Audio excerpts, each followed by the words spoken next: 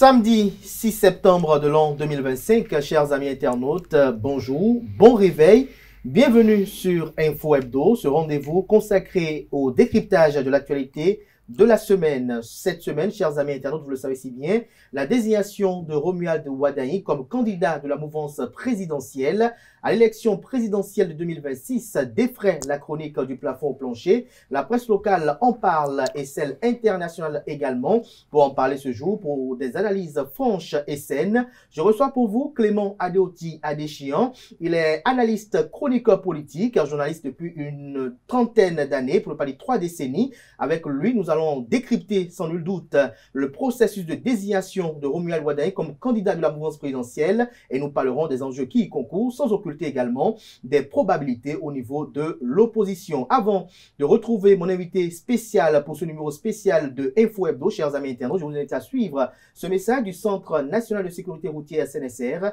Juste après, on se retrouve pour le décryptage.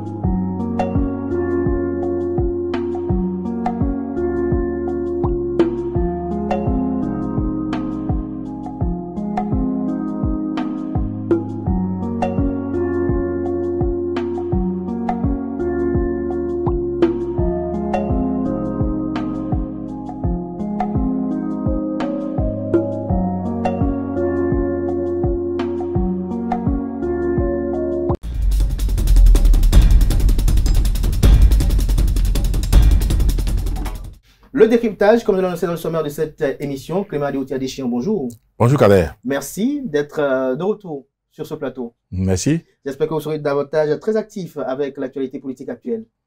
Et on verra. On verra. Alors, Romuald Wadaï désigné candidat de la mouvance présidentielle. Est-ce que vous avez été surpris? Est-ce que l'analyse politique a été surpris de cette désignation? Non. Pourquoi? Qu'est-ce qui le créditait? Est-ce l'hymne national en Adja le 1er août? Pas du tout. Pas du tout, ça n'a rien à voir. Romuald n'est pas, monsieur le ministre Romuald Wadaï n'est pas Adja. Il est parenté Lokosa, Kotafon, il n'est pas Adja. Donc, bon, on a trop fait d'amalgamer un tout petit peu quand on emballe un peu le grand mono. Le grand mono, avant les subdivisions mono-Koufo, effectivement, on peut le retrouver proche de cette ethnie-là. Mais fondamentalement, le ministre d'État Romuald Wadaï n'est pas Adja. Donc, quand on commence pas à coller l'étiquette Adja, on a adoubé un candidat à une élection présidentielle qui est quand même une fonction républicaine hautement nationale. Donc, ça apparaît comme un cliché malodorant de commencer déjà tout de suite par lui coller une petite ethnie comparée à l'envergure nationale de la fonction républicaine qu'il va devoir incarner bientôt. Quels sont les éléments d'appréciation qui vous confortent dans ce choix selon vous? Comment vous avez pu deviner que Romuald Wadaï pourrait être candidat? Alors, disons quand même, il y a 12 mois déjà en arrière, on était capable de dire que le jeu se jouerait entre Romuald Wadaï et le président Diabono. C'était clair. Soit c'était le président Diabono, soit c'était Wadaï. Le chef de l'État qui a été très clair, qui a été formel, qui a insisté pour le dire que les traditions démocratiques qu'il a héritées au Bénin, dont il a hérité de la continuité au Bénin, ont toujours laissé cette trace-là que aucun président du Bénin, depuis 1990, ne fait plus de mandats conditionnels. Et il a juré par tous les saints qu'il ne fera pas plus de 2 mandats. Les incrédules et peut-être pour d'autres raisons politiques et non avouées, peut-être cachées, n'ont pas voulu croire qu'il partirait. Alors, mais il a toujours dit. Alors, si un président Talon, comme vous avez vu, il a pu faire les choses, il n'a pas exercé le pouvoir comme on doit pouvoir le faire de main de velours. Il a fait de main de fer. Autrement dit, il a essayé de mettre les moyens qu'il faut à sa disposition pour baliser le terrain de sorte que ces réformes passent, de sorte que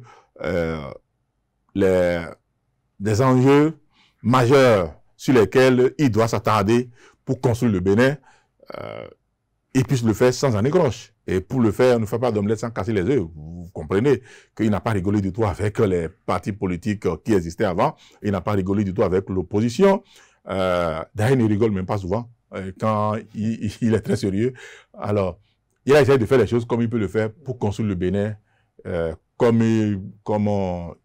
on peut l'avoir remarqué quand même après 9 ans, que le Bénin a changé de physionomie. Alors, le Bénin, sur le plan infrastructural, sur le plan macroéconomique, peut quand même tutoyer au niveau de l'Afrique un certain nombre de pays qu'on citait, j'ai dit, sans parler du Bénin. Mais sur le plan social, sur le plan de la gouvernance politique, évidemment, on reproche beaucoup de choses au président Talon. Alors vous imaginez dans un contexte pareil, qu'il veuille laisser le pouvoir et passer des vacances tranquilles s'il ne surveille pas sérieusement celui à qui il doit passer la main. Mais il avait dit qu'il ne veut plus personne pour surveiller ses arrières.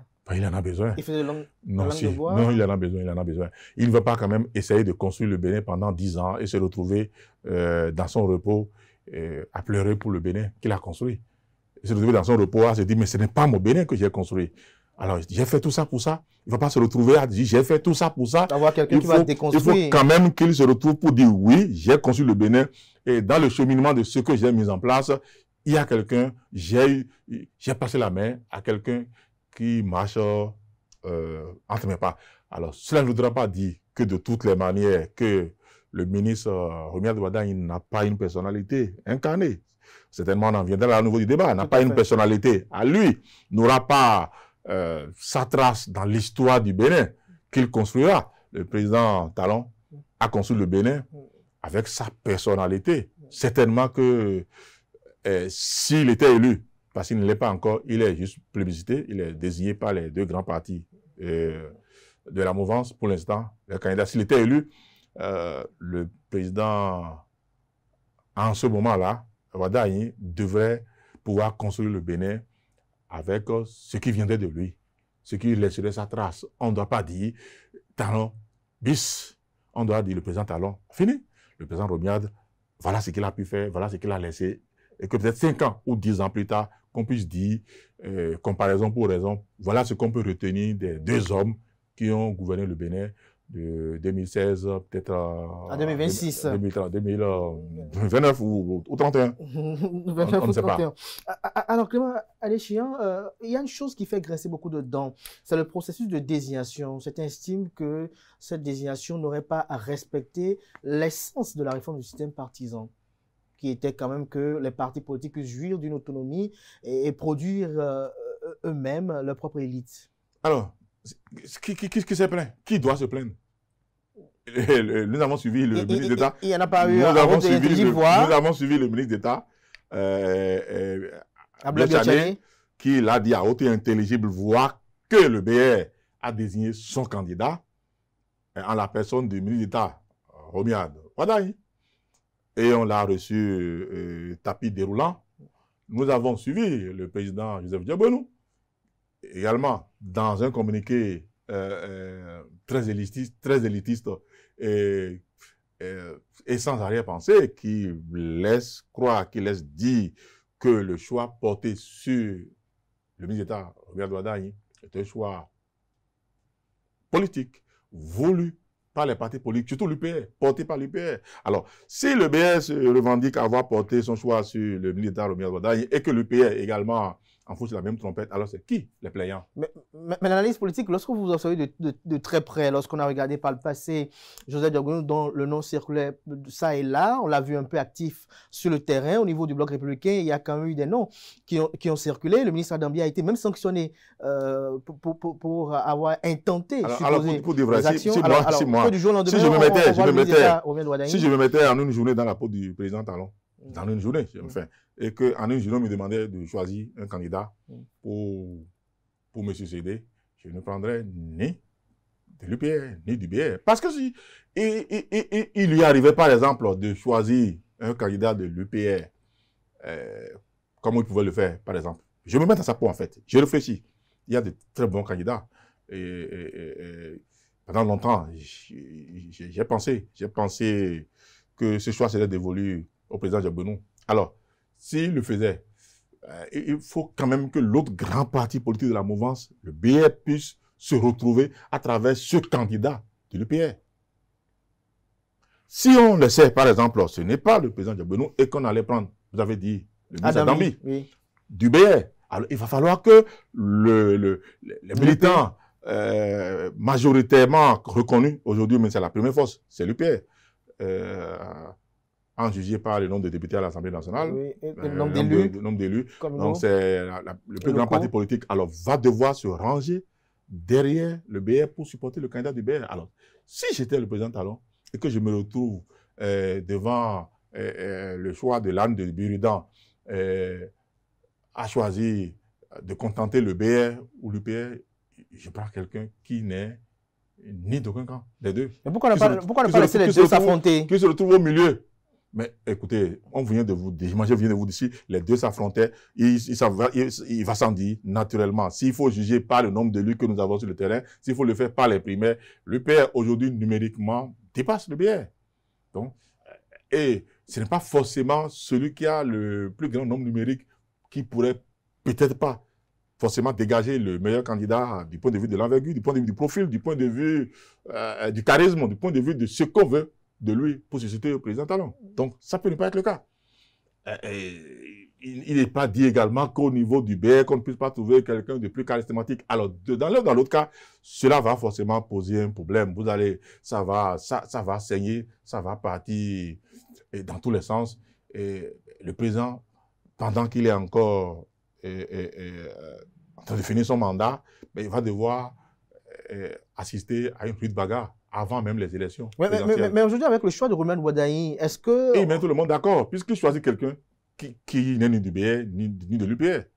Un sympathisant des deux, c'est ça? C'est un homme politique qui a toujours accompagné le chef de l'État, qui a toujours suivi les réformes avec lui. On ne peut pas être ministre d'État, ministre des Finances sans être politique.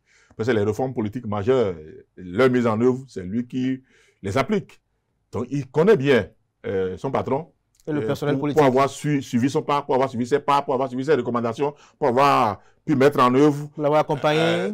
Il a tout suivi avec lui dans les voyages, dans les négociations politiques, que ce soit au niveau de la CEDEAO, au niveau de l'UEMOA, au niveau de l'Union africaine, et comme à l'international. Les visites officielles, les visites de travail. Il a été tout. Il a été même presque candidat à la BAD. Ce n'est pas des instances où on se positionne si on n'est pas politique. Donc, on ne peut pas dire, parce qu'il n'est pas de l'UPR ou du BR, qu'il n'a pas de fibre politique. Je crois qu'on ne lui reprochera pas ça. Ça, c'est certain. Le président Talon n'appartenait à aucun parti politique. Mais pendant plus de 20 ans, il est resté là quand même à observer la scène politique et de sa tanière, de son lieu de repos, de ses managements stratégiques. Il a toujours travaillé sans le dire, sans le manifester avec les politiciens du pays. Et pourtant, il est venu comme un homme d'affaires, quelqu'un qui a réussi dans les affaires et il a gardé le Bénin comme un chef d'entreprise qui voudra quand même gérer un pays comme une entreprise prospère, une entreprise rentable, qui crée de la plus-value et qui crée du bénéfice pour tous les fils du pays. Donc je crois que c'est exactement comme ça que nous l'avons vu, pas comme un homme politique. Les hommes politiques se sont réunis, ont fait le bloc derrière Lionel Zissou, presque. Il n'avait pas un seul parti politique derrière le président Talon. Donc, on peut pas on ne peut pas dire pour autant qu'il ne connaissait pas la politique et qu'il n'espérait pas que les politiques l'accompagnent. Quelle comparaison faites-vous de la désignation de Lionel Zinsou en 2016 de celle de Romuald Wadaye en 2025? Il y a une différence. Lionel Zinsou est arrivé 9 mois en tant que Premier ministre et le président Yahi l'a imposé. Romuald Wadaye est là depuis 2016. le commencement de la rupture 2016. Il vient de passer 9 ans et plus dans le système à côté du président Talon. Il n'y a rien à comparer en fait. Il n'y a rien à comparer. Pour vous, quel est le profil de Romuald Wadaye? Pour vous, qu'est-ce qui penche en sa faveur pour cette candidature-là? Il est jeune déjà. Ça veut dire qu'il rallie à son compte une catégorie de gens qui se sont toujours considérés comme des laissés pour compte, la jeunesse. Parce qu'on a toujours l'impression qu'on devient chef d'État quand on est androposé. On a fini de tout faire et qu'on n'a plus rien d'autre à faire ou qu'on ne sait plus rien faire, on devient chef d'État. Mais pour une fois, on prend quelqu'un à la fleur de l'âge, 49 ans, pour briguer la fonction présidentielle qui est une fonction suprême. Donc, ça signifie que le Bénin s'aligne de plus en plus sur les réalités connues actuellement de la sous-région, faille au Sénégal et beaucoup d'autres. Je ne vais pas citer plus proche de nous parce que ce n'est pas les mêmes réalités avec le Burkina. Il est très jeune, il est intrépide, je l'aime bien et tout, même si je ne partage pas un peu les idéologies qui vont avec. Tout à fait. C'est un jeune quand même, très brillant. Et... Il est plus jeune que ses collègues.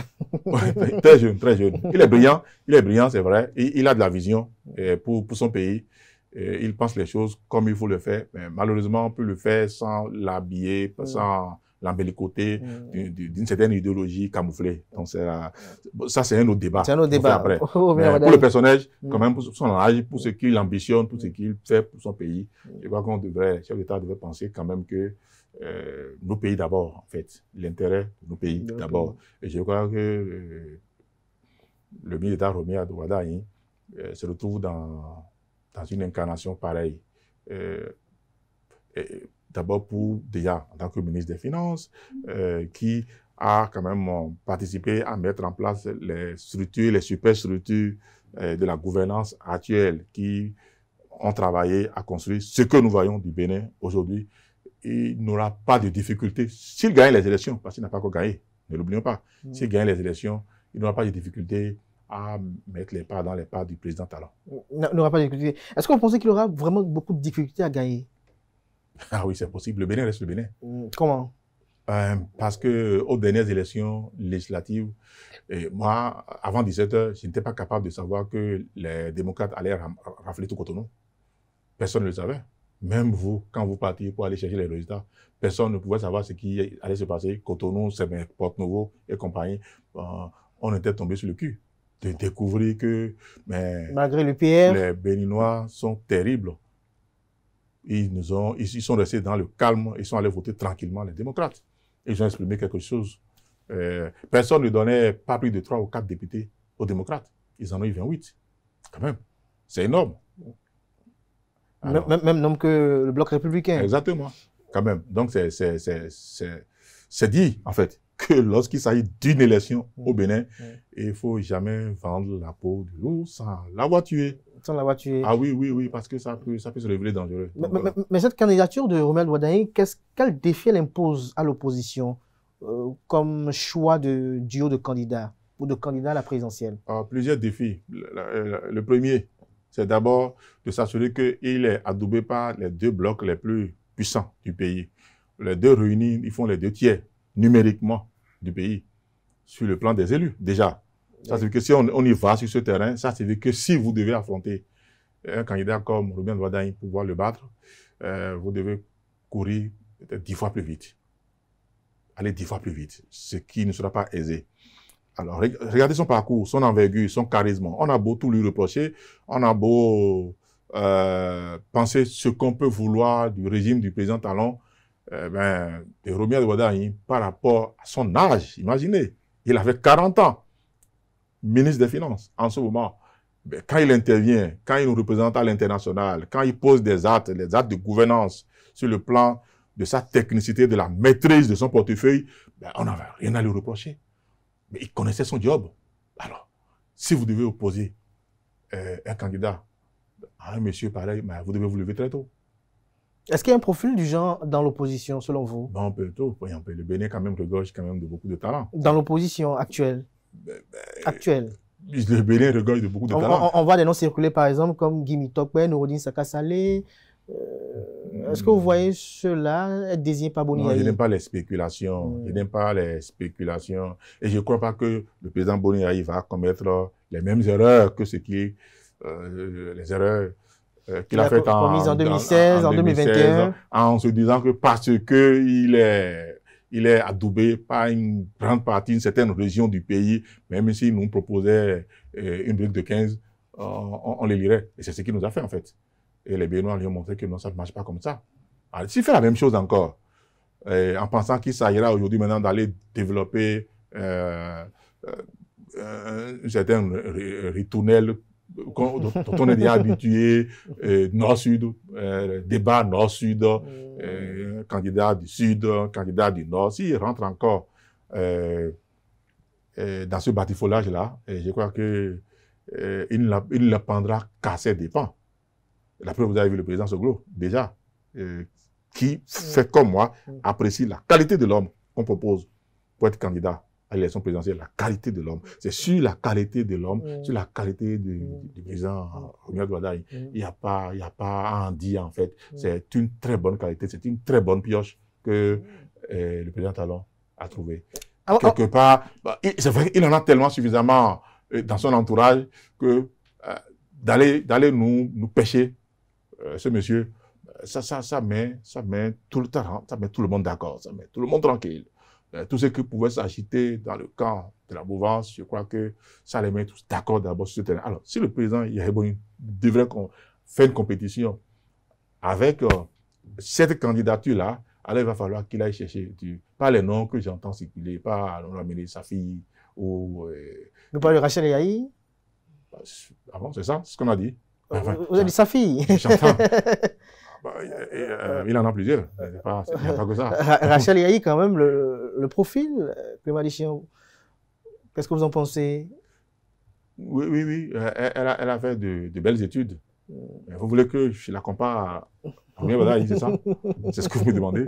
Je ne vais pas prendre ce risque. Mais je dis, le président Yayi Boni a en face Romuald Wadaye. S'il doit proposer des candidats par rapport à ça, il va falloir qu'il se lève très tôt, qu'il le fasse bien, pour que nous puissions avoir quand même une compétition. Moi, je voudrais une compétition en 2026. En avril 2026, je voudrais, parce qu'on aura deux candidatures, je ne voudrais pas un chaos de 80-20. Non, c'est pas la loi de Pareto. Je voudrais une élection où vraiment le vainqueur serre la main du vaincu pour dire, mais mon gars, tu m'as secoué.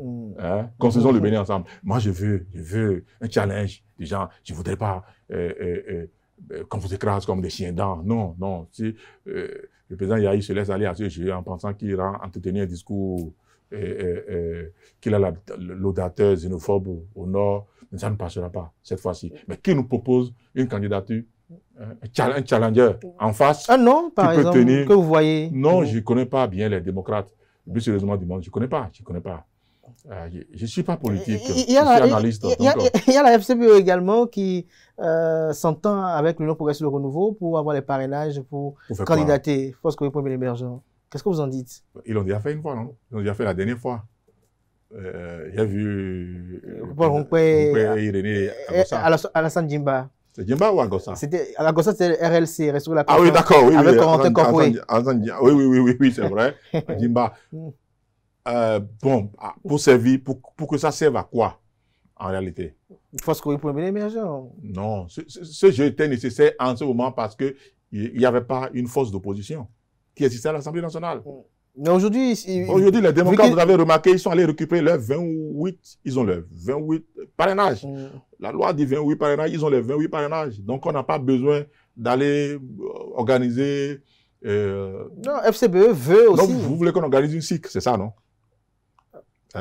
Pour vous, pour 2026, si vous ne voulez exclusivement que le candidat de la mouvance et les démocrates. Vous voulez organiser une cirque, on peut l'organiser, par exemple, à la place des Amazones, et appeler prestigitateurs vont s'amuser, on va regarder, on va danser, on va rigoler, on va rentrer. Mais on parle d'une élection présidentielle. Justement. C'est trop sérieux. Justement. C'est trop sérieux. Alors restons sérieux. Oui, ils ont pris la mesure. Ils ont pris la mesure de la situation. C'est pour ça qu'ils ont enclenché les négociations politiques pour l'heure, les FCBE n'ont pas les moyens d'aller sur ce terrain, d'aller challenger qui que ce soit. Ils n'ont rien.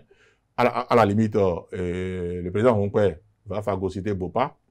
Il va empêcher encore peut-être le président, le ministre d'État Romiad Ouaddaï de récupérer 10 ou 12 000 voix dans cette région-là. Il va encore, ça ne servira radicalement à rien. Alors quel est l'intérêt de l'UPR aujourd'hui de donner son parrainage, hein, de bidouiller des parrainages avec FCBE si c'est pour aller phagocyter les voix de Romiad à Bopa? Vous pensez que c'est des gens qui fument en cachette? Non, ils ne feront pas. Mais tout à l'heure, vous avez parlé de l'ancien président du CFA, Dieudonné Soglo, qui a apprécié positivement la candidature de Romuald Ouaddaï. On a suivi également l'ancien président de la Cour suprême, Ousmane Batokor, Basile Ahossi également. Quelle lecture faites-vous de ces différentes appréciations de voix dissonantes et discordantes du régime de Patrice Talon? Alors, vous savez, le président Batokor, depuis que le président Talon est là, a été toujours très viscéral. C'est quelqu'un qui a la critique très acerbe. Il y va pas du dos de la cuillère. Donc, si lui, par exemple, se lève pour dire j'apprécie la qualité du profil qu'on nous présente, cela signifie que c'est vraiment du sérieux. Et le président Soglo, avec son âge, il a fini avec la dramaturgie. Il n'a plus l'âge de la comédie. S'il se lève et qu'il parle au-delà de 90 ans, c'est que ça suscite respect. Ça veut dire qu'il a suivi quand même le monsieur pendant 9 ans et il peut se dire que je peux lui faire confiance. Comme dans le site de Corneille, la valeur de son père en son temps sans pareil, tant qu'à durer sa force est passée pour merveille. Les rues de son front ont gravé ses espoirs pour nous dire encore ce qu'il fut autrefois. Je me ferai du fils ce que j'ai vu du père. Pour ne pas dire ma fille en un mot, peut l'aimer, me plaire. C'est à peu près ce que le président Soglo disait. J'ai vu Romuald Ouaddaï auprès du président Talon. Alors je peux quand même certifier sur mon honneur qu'il est capable de faire davantage et même mieux. Et Basile Ahossi? Basile Ahossi, stratégiquement, se positionne par rapport à sa région. Moi, je comprends. Ah bon? Et il n'aurait pas dû. Il est démocrate et il faut rester démocrate jusqu'au bout. Mais ce qu'il fait, c'est que pour une fois, il faut comprendre, il n'est pas régionaliste, mais il est régional. Il dit, mais pour une fois qu'on nous donne quelqu'un qui est de ma maison, je saute dessus. Je ne laisse ça à personne. Je crois que c'est d'abord la première appréhension que je peux analyser de l'attitude de Léon Basile Ahossi. Oui, du président Ahossi. La deuxième appréhension, je n'oserais pas faire le pas de côté pour le dire, mais je garde ça pour moi, parce qu'il y a deux raisons. Laquelle? La deuxième, je ne le dis pas. En filigrane? Non, quelques indiscrétions. Je n'oserais pas faire le pas de côté. Ceux qui comprennent le pas de côté... Vous pensez qu'il a été démarché? Ceux qui comprennent le pas de côté comprendront très bien que je dis que le président Basile a fait le pas de côté pour dire ce qu'il peut dire valablement en pareille circonstance. C'est un message codé seulement pour ceux qui peuvent comprendre. Pour ceux qui peuvent comprendre. Exactement. Lorsque Patrice Talon disait qu'il se pourrait qu'en 2026, Boni Yayi et lui pourraient s'entendre sur le même candidat, est-ce que c'était de Romuald Ouaddaï qui parlait indiscrètement comme ça? Non, pas forcément. Comme ça peut arriver. Vous pensez que Boni Yayi peut aussi apprécier? Ben, pourquoi pas? Si le président Boni Yayi, tel qu'il aime le pays, ce pays, comme il aime bien le dire, je crois qu'ils auraient pu le faire, mais ce n'est pas le cas. Parce que si c'était le cas, il aurait pu proposer la vice-présidence, mais il n'a pas proposé. Donc, chacun va directement. On va à l'affrontement là. Le président Boni Yayi va proposer son duo pour l'élection présidentielle. Justement, j'allais vous poser cette question. Pourquoi jusqu'à cet instant précis, la mouvance n'a pas encore désigné le ou la vice-présidente? C'est fait. C'est Talata. Non, le Bloc républicain dit que Talata n'est pas encore désignée comme vice-présidente. Mais le duo qu'on présente, arrêtez ça. Donc, ils l'ont dit, vous avez lu un communiqué? Moi, je n'ai pas vu. On a reçu dans nos studios ici Eugène Dosoumou, qui est secrétaire administratif permanent, qui a dit haut et fort qu'elle n'est pas encore désignée. Non, chacun vient. Bon, on ne peut pas, quand on va à une élection présidentielle, on présente le duo. et c'est le Dieu qui a été présenté, et c'est automatiquement, c'est ce qui a été fait, et les deux ont été cités. Donc maintenant, pour ceux qui espèrent trouver autre chose, obtenir quelque chose au niveau du bloc républicain, peut-être encore susurrer encore les ritournelles à Dambi ou autre chose, non, non, je ne crois pas. Aurélie Adam Soulé-Soumarou. Non, je crois que c'est... Sadia Assouma. Non, c'est le cas, c'est le cas. Ça ne peut être qu'une femme. On a voulu la femme qui présentait le profil. Alors tel que ça s'est présenté, elle tombait à pic. Donc, on ne va pas perdre du temps pour ça. Elle tombait à pic. Mais là, pour 2026, est-ce que vous pensez que Romuald Wardani pourra véritablement fédérer toutes les forces politiques de la mouvance pour le combat et même fédérer d'autres dans le camp adverse, en dehors de Basile Akhossi? Ça, c'est un autre challenge pour lui, parce qu'au-delà de ce qu'on peut dire, qu'il a tout appris du président Talon, mais il n'a pas l'expérience du président Talon. Le président Talon, c'est 30 ans en arrière d'expérience à gérer tous les partis politiques, tous les blocs différemment. Il a été acteur des coulisses, acteur des couloirs, acteur des mouvements, acteur des élections au Parlement. Il a géré un certain nombre de choses. Il s'y connaît. Donc, celui qui était venu, qui a pris le pouvoir, c'était véritablement celui qui connaissait la maison. Pas un intrus, mais il connaissait véritablement la maison. Il connaissait les acteurs politiques qu'il avait en face. Il savait quel pion, quel dé il devait toucher à chaque fois pour que les choses marchent. C'est ce qui a permis au système partisan d'aller très vite et que les formats soient mis en place. Alors, le ministre Wardani, par contre, ce n'est pas encore la même chose. Il a suivi pendant 9 ans. Le gentleman agreement, le accord, comme on le dit, col blanc, qui vient d'arriver, des instituts de Deloitte, ministre des Finances, ministre d'État, qui a tout appris, quoi. Alors maintenant, rentrer dans le jeu politique, rentrer dans l'arène politique, rentrer dans les couloirs des discussions politiques telles que ça se joue à l'Assemblée nationale. Avec tous les coups. C'est carrément un autre monde. Alors là, c'est un autre couvent. Hein? Là, c'est comme si on rentrait un peu chez nous, dans le plateau, quand on rentre dans le Igboro. C'est ce qu'on appelle le Igboro. Ceux qui connaissent Oro là, quoi. C'est comme tu rentres dans la forêt de Oro. Là, il va devoir apprendre ça. Parce que là, c'est carrément un autre jeu. Il va en recevoir des coups. Alors, est-ce qu'il est déjà prêt à ça? Je ne crois pas. Mais il va l'apprendre très vite parce qu'il va se faire manœuvrer, croyez-moi, pas aussi bien le PR, pas le BR.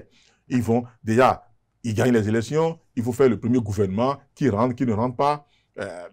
C'est à partir de maintenant que ça se joue parce que dès lors que il ne fait pas attention au positionnement de ceux qu'on va mettre sur les listes pour les élections législatives, pour les communales, et qu'il ne surveille pas ça de près, et que les gens vont s'installer tranquillement à l'Assemblée nationale et qu'ils savent qu'ils ont leur mandat de 5 ans en main, eh bien, mais là, il ne les contrôle plus, il ne contrôle plus rien du tout. Alors, les coups, ça va s'envoler dans tous les sens. On a vu comme des commentaires sur la toile où c'était encerclé ses collègues ministres qui l'accompagnaient lors des tournées avec les partis politiques, qui s'interrogeaient de savoir pourquoi il a encore ses collègues ministres là encore derrière lui. Est-ce que c'est pour toujours gérer après 2026 avec ces mêmes-là? C'est le pouvoir qui est en place qui va aux élections. Si ce pouvoir en place va aux élections, que ce pouvoir gagne les élections, il va sans dire que naturellement, une bonne partie de ceux qui ont géré le pouvoir pendant 10 ans vont se retrouver encore autour du même pouvoir. Pas forcément peut-être dans les mêmes positions. Est-ce que vous dites là qu'on aura des ministres qui feront 20 ans? Ce n'est pas de ça qu'il s'agit. C'est-à-dire, gérer le pouvoir ne veut pas dire que vous êtes ministre. Okay. Vous pouvez vous retrouver à une autre position. Mais si vous avez été auteur, co-auteur, co-auteur, responsable d'un management qui a duré 10 ans, pourquoi changer quelque chose, pourquoi changer une équipe qui gagne? Donc, du coup, ils vont se retrouver encore autour du même pouvoir pendant 10 ans. Maintenant, au président élu en ce moment, Romuald Wardani, de savoir quel rôle il fait jouer jamais. Si tu étais ministre déjà, il peut t'enlever, te faire conseiller ailleurs, te faire autre chose, un autre vient. Parce que c'est... comment ils le disent déjà? On dit, quelqu'un a mangé, quelqu'un d'autre n'a pas mangé. C'est ça qui amène bagarre. C'est l'adage fond que vous traduisez. Oui, voilà. Quelqu'un a mangé, quelqu'un d'autre n'a pas mangé. C'est ça qui amène, voilà. Mêlé loup, mêlé malou. Je crois que l'autre nous disait ça. Quand pas sérieux, restons dans le sérieux. Je ne peux pas parler. Je ne peux pas dans un débat sérieux. Alors, je ne connais pas ce dont vous parlez. Donc, vous comprenez un peu. Vous ne pouvez pas avoir mangé la même chose pendant 10 ans et espérer que d'autres acteurs qui ont travaillé encore à reconstruire pour un renouveau, pour un nouveau départ, soient toujours les acteurs qui applaudissent pendant que vous dansez toujours. Non, ça va changer forcément. Les meilleurs vont toujours continuer parce qu'il y a dans des profils où c'est difficile de les trouver. Par exemple, on va les garder, forcément. Pas les 25, pas les 32. Vous voyez qui, par exemple? Non, personne, je ne connais pas. Je ne peux pas citer des noms comme ça. C'est pas bien. Mais il y en a qui vont rester parce que ils ont été acteurs du système, ils connaissent un peu comment ça fonctionne. Votre frère Adjadi Bakari, ministre des Affaires étrangères? Je ne sais pas, je ne suis pas internationaliste, donc je ne suis pas capable de me prononcer, mais vous avez la cheville ouvrière de tout le système. Par exemple, je donne un nom, par exemple, quand vous prenez le ministre de cadre de vie, c'est quelqu'un, par exemple, qui a la cartographie de tout le système en main, s'il connaît.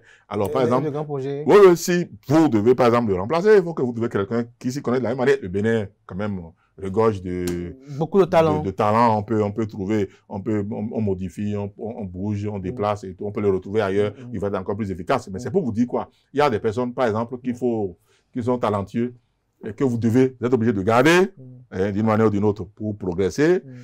Il y a des endroits où il ne faut pas toucher violemment, par exemple, le ministère de l'enseignement supérieur, vous voyez, c'est des endroits où ça brouille, ça grouille, ça bouillonne tout le temps. Donc, vous ne pouvez pas toucher à tout le monde. Il y a des personnes qu'il faut garder, il y a des personnes qu'il faut bouger et remplacer, déplacer.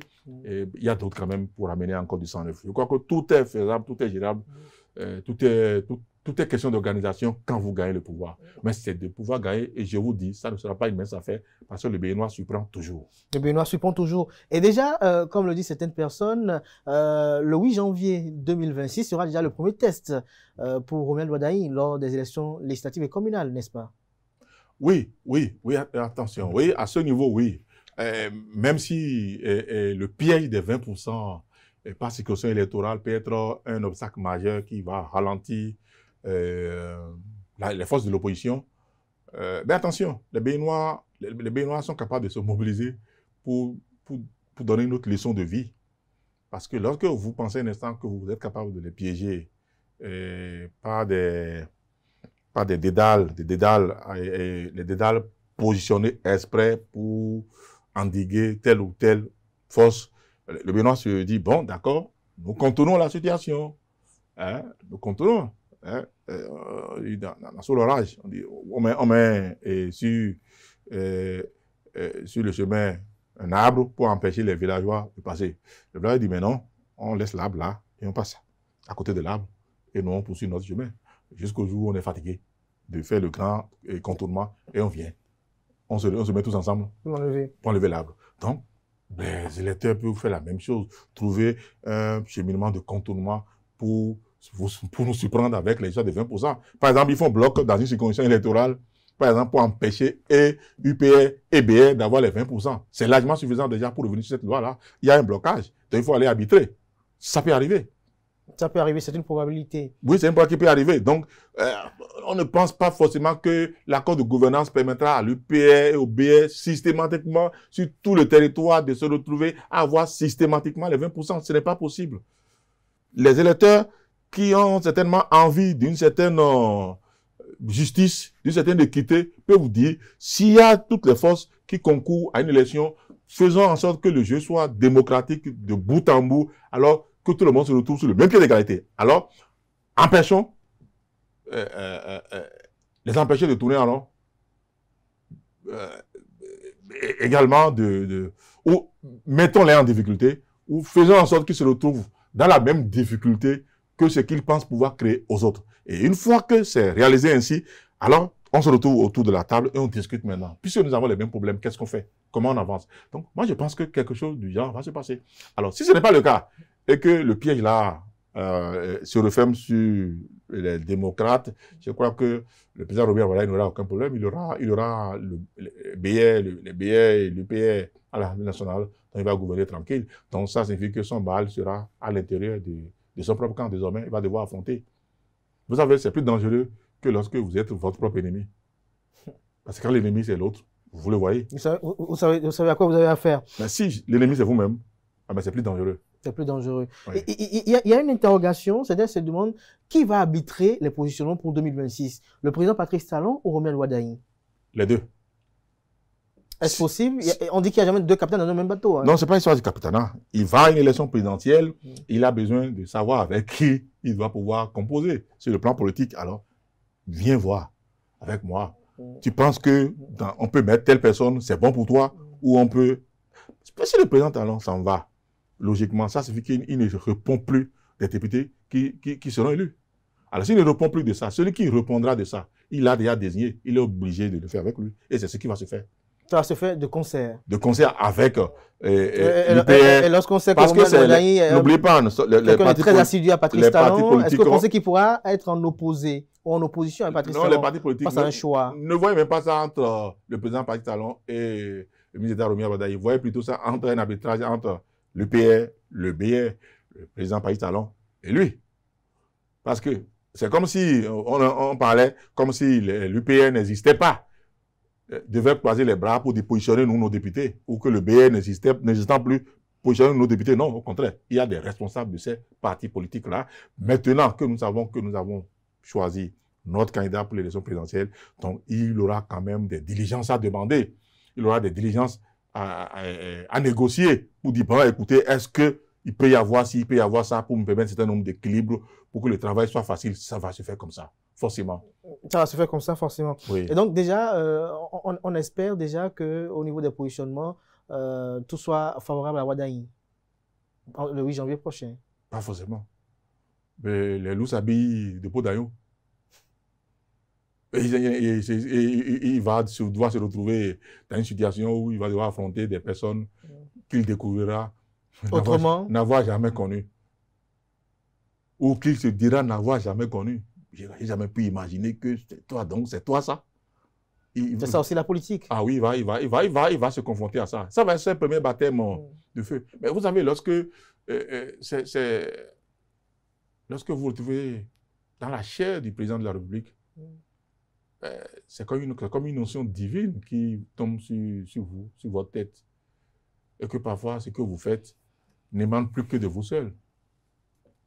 Vous avez toutes les bénédictions, les bons ancêtres du pays, tous ceux qui ont exercé la fonction, qui ne sont plus là, mais qui vous accompagnent, qui vous illuminent, qui vous inspirent. Et il est une très bonne personne. Et il est très inspiré, il est croyant. Et je crois quand même qu'il aura beaucoup d'inspiration pour faire ce travail-là. Ce ne sera pas que lui seul. Ce ne sera pas que lui seul qui fera le boulot. Il y aura de bons esprits qui vont l'accompagner. L'autre inquiétude de certains analystes suite à la révélation de son nom, c'est la réforme du système partisan pour laquelle il y a eu beaucoup de sacrifices. Vous avez rappelé tout à l'heure à l'entame de vos arguments, notamment cette réforme-là, elle a exprimé un peu des limites lorsqu'on a vu Romuald Wardani être désigné candidat. Alors on s'interroge de savoir, est-ce qu'il pourra garder assidu le personnel politique pour mieux enraciner la réforme du système partisan?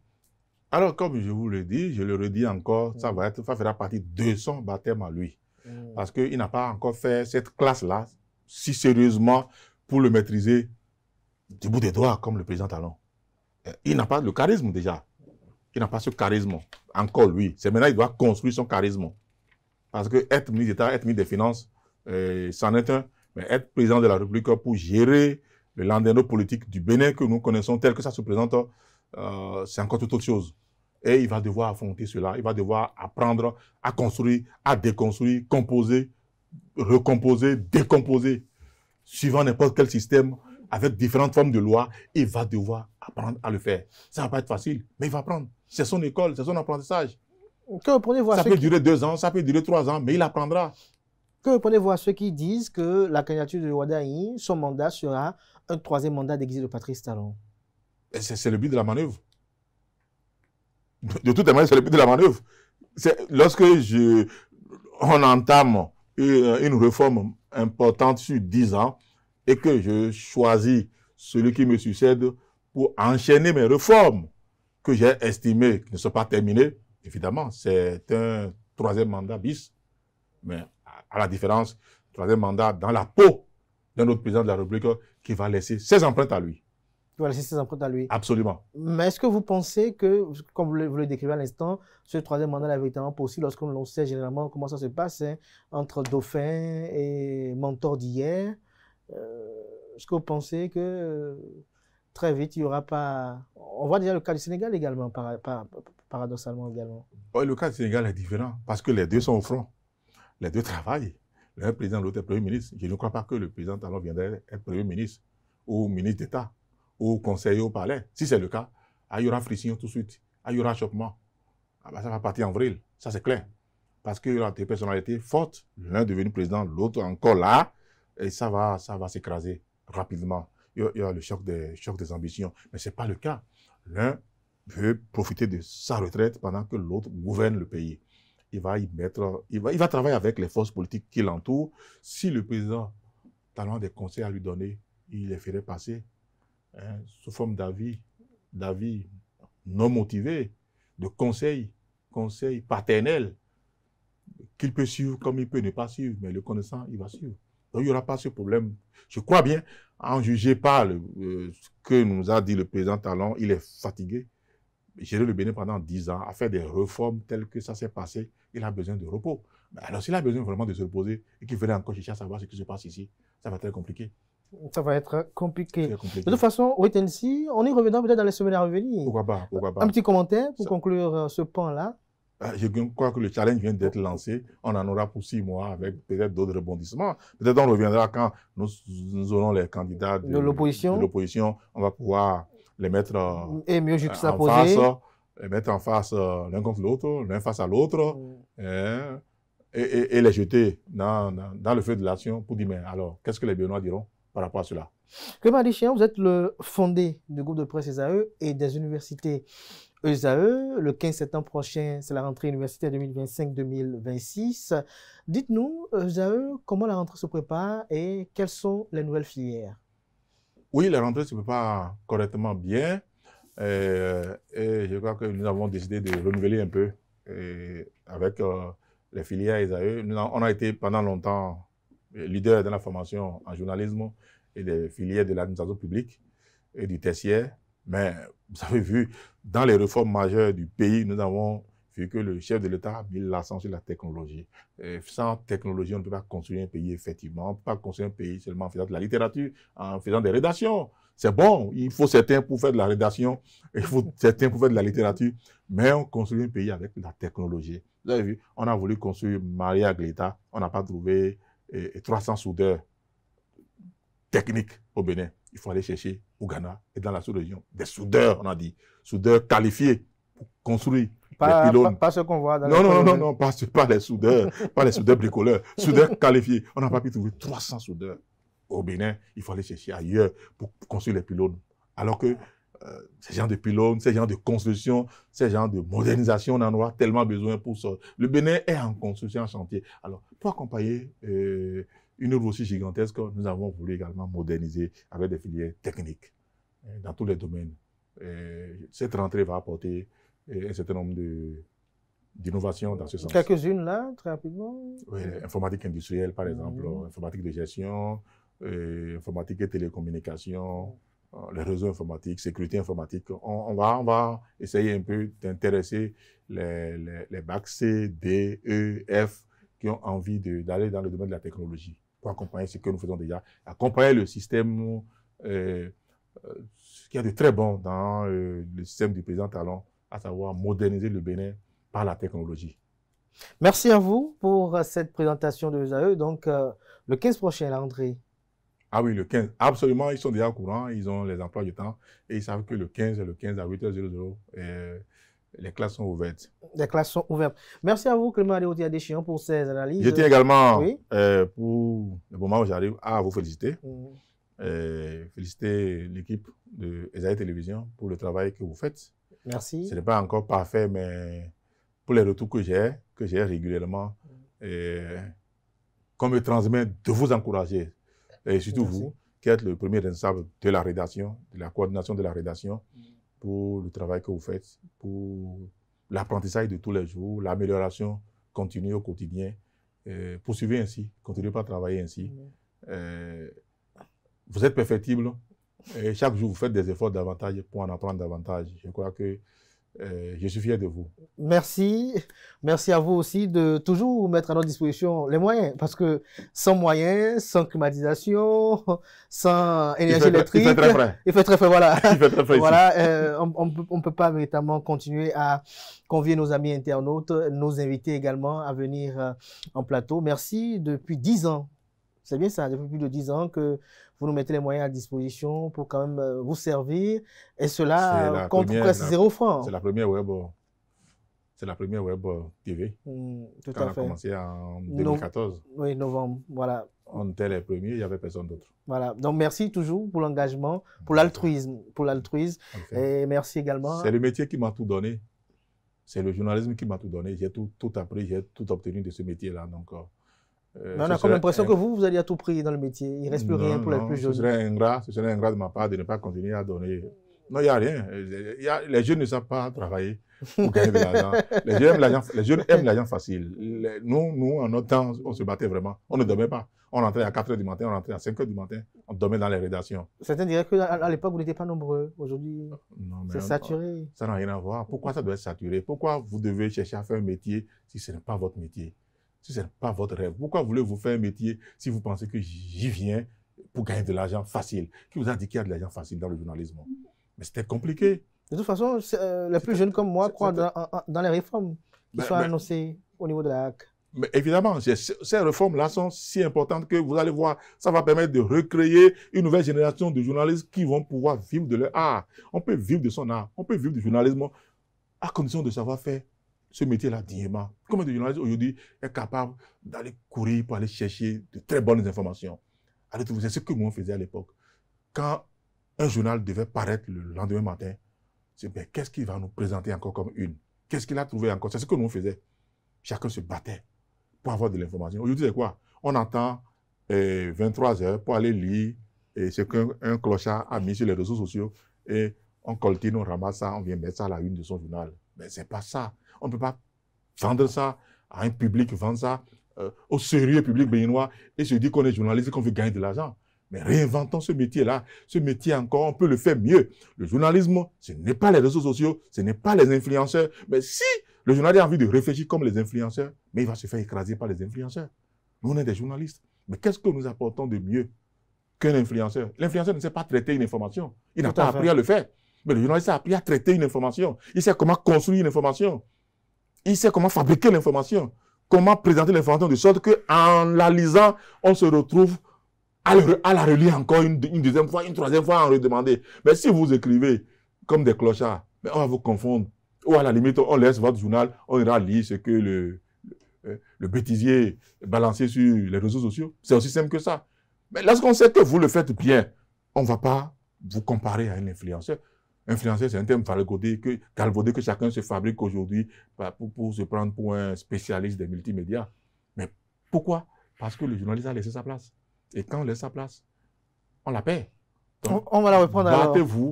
Battez-vous pour montrer que le boulot vous appartient et votre boulot n'appartient pas à un influenceur. Tout à fait. C'est très important.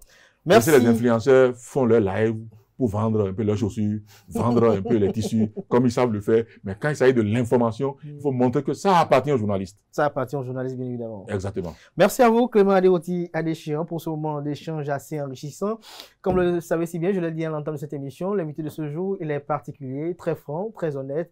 Il a parlé sans filtre, vous pouvez le constater très bien. On va le faire revenir incessamment dans les jours à venir, notamment pour les autres actualités, notamment au moment où les partis politiques de l'opposition vont désigner leur duo candidat pour la présidentielle. On va le faire revenir pour écouter ses analyses et voir un peu ce qu'il projette en termes d'analyse. Merci une fois encore à vous, Clément Adéoti Adéchian, analyste politique, chroniqueur politique, promoteur du groupe de presse ESAE qui comprend l'informateur, ESAE TV, ESAE Radio, sans occulter également ESAE TV qui est composé de ESAE TV Cotonou et Paracou. Merci à vous, promoteur également des universités ESAE qui sont présentes à Cotonou, à Bounia-Calavi et Paracou. Voilà, chers amis, on se retrouve tout à l'heure pour Frédéric. Belle suite de programme sur ESAE TV.